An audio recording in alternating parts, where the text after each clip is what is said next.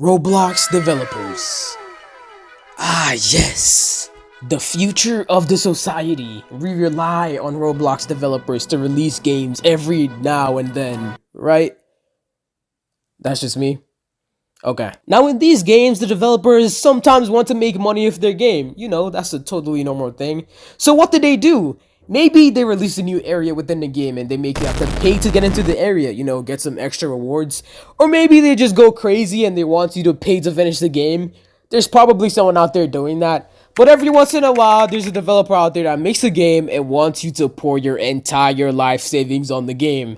And is it just me or is it these types of games that have the most players? I'd wake up and look on Roblox and see an extremely popular game, only to play the game and see the games having the most outrageous stuff behind paywalls on the planet. Why do these games get the most amount of players?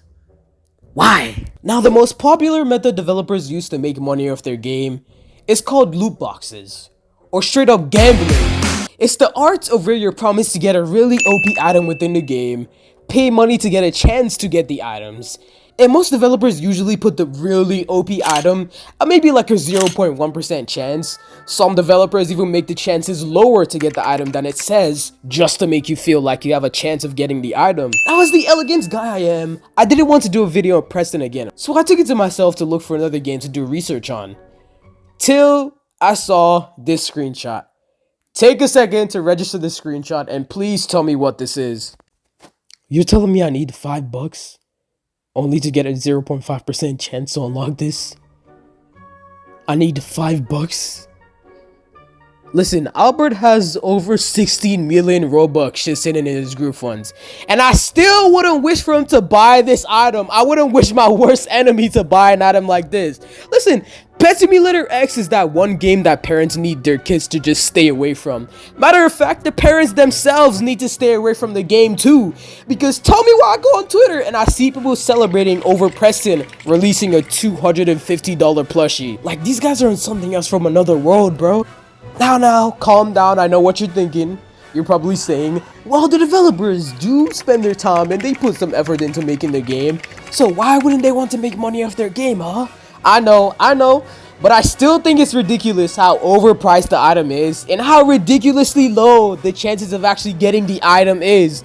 And you're charging me $5 for a spin? I can't even say this with a straight face.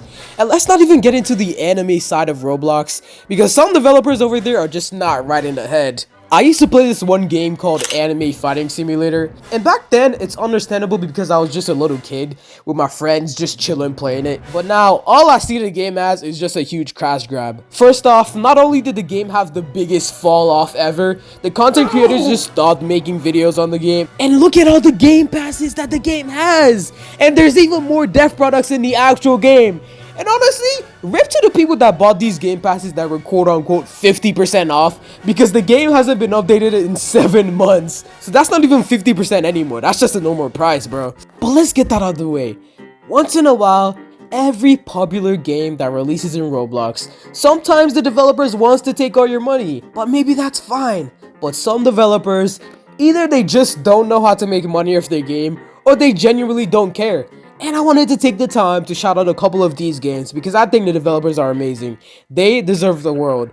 So you know that game that released that everyone was going how crazy over how good the game looked and the graphics, and even Charlie made a video on it. Yeah, the game Frontlines, that my PC still can't run or else it explodes. Aside from some developer products in the game, they only have one game pass, and I think that's crazy because the game looks super hyper realistic.